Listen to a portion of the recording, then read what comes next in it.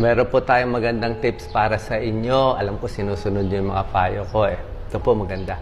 Pwede kayong magpamasahe. Magpamassage. May tulong yan sa sakit ng katawan. May tulong din yan kung nadidepress, nalulungkot, may mga problema. Alam nyo, may tulong din ng massage. Explain natin isa-isa ha. So, hindi po masama yan, ituturo ko sa inyo. Palagay natin, anong sakit ng katawan? Sakit sa ulo, diba? Marami sumasakit ng ulo, kahit ako. Ang ginagawa ko, pwedeng self-massage, kung walang magmamasahe sa'yo, sarili lang. Pero kung merong magmamasahe, mas maganda, diba? Kung masakit dito sa side, dito po, ito yung minamasahe sa temporal area. May mga laman-laman yan dito. Pag pinindot nyo at masakit yun, ibig sabihin, masikip yun, dudurugin mo. Sa akin dito hindi ganoon kasakit, pero dito meron ako mga bilog-bilog dito maliliit. Pag pinipindot masakit. So dinudurog yan. Pwede rin dito. Dito sa ulo meron din sa tuktok mismo. Actually dito sa akin sa side may mga masakit dito sa kaliwa. Pinapamassage ko yan dito. Okay? Yan, pwede ko nyo i-massage. Ako nga minsan dito sa baba, dito rin sa baba. Pinapamassage ko dito. So hindi masama yan, wala namang artery o vein dyan na matatamaan. Sa batok, okay din. Walang problema. Kung masakit ang balikat, mas maganda may magmamasahe itong muscles dito. Okay? Pero kung walang magmamasahe, nasa abroad kayo, pwede nyo dukutin. Meron tayong malaking muscle dito at inaalog-alog yan para lumuwag. Alugin ang shoulder, pitipitin. Dito rin sa kabila. Ako matigas itong kanan, kaliwa.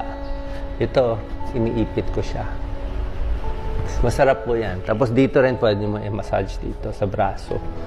Mga may ano sa shoulder, may frozen shoulder.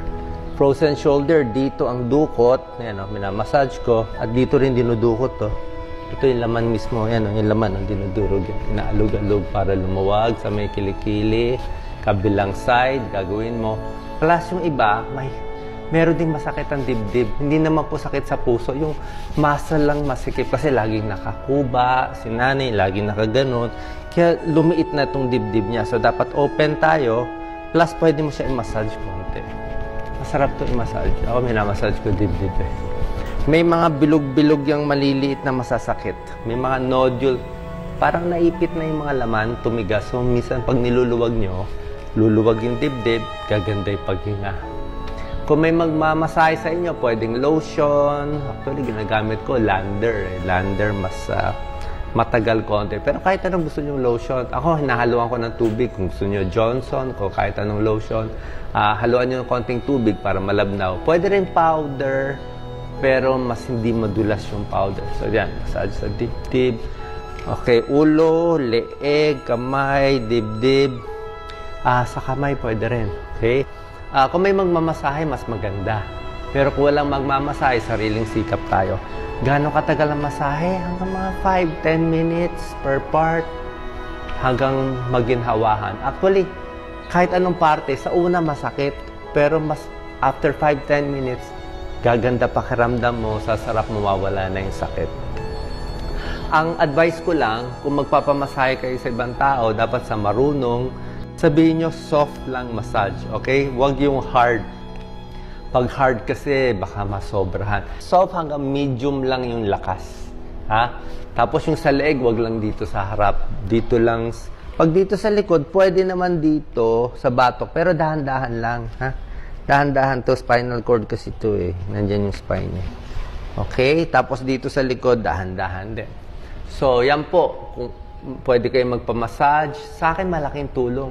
Actually, natutunan ko lang ang massage mga 5 years ago eh. Pero yung mga bata ngayon, teenager, 20s, habang bata pa kayo, bago sumakit ang katawan nyo, bago kayo maabot sa stage ko na nagka-sikip-sikip na ang litid natin, nagkatabingi-tabingi na kami. Swerte kayong mga bata, nanonood kayo ng video ko, pwede na kayo magpamassage early. Mas bata, mas madali maayos yung mga scoliosis nyo maayos.